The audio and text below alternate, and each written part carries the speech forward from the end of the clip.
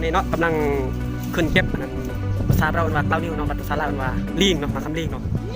แต่ข้าพเจ้าเคยบอกมีแต่กระดองกันมากระดองอย่างนี้ข้าพเจ้าก็ต้องขึ้นแล้วแบบนี้ขึ้นทางนี้สูงมาก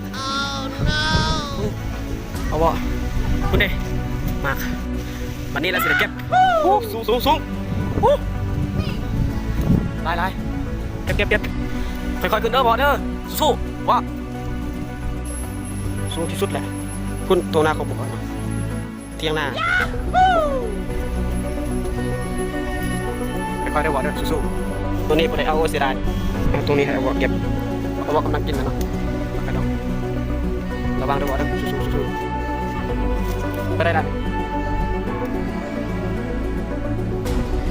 ล่กันเด้อ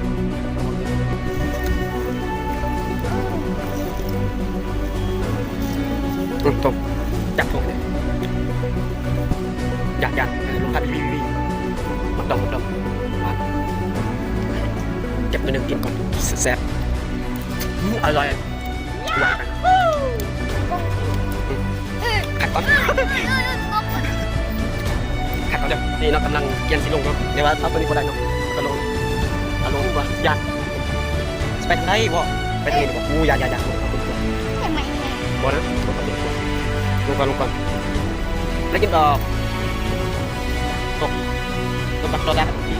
ไอ้เปียกมาซุ่มๆแน่แต่ตรงดูก่อนบ่ขัดนี่กำลังเก็บเนาะตกลงโอ้เก็บบ่เก็บเพื่อนมันเพื่อนอ๋อนั่นคือทางนี้นี่เด้ขึ้นทางเสือ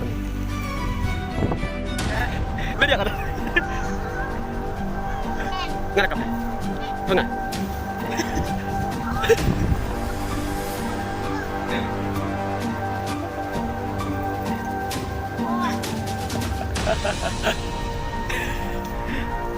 แต่ตอนไม่ร้องจะขยับได้บ่เด้อเด็กไปไง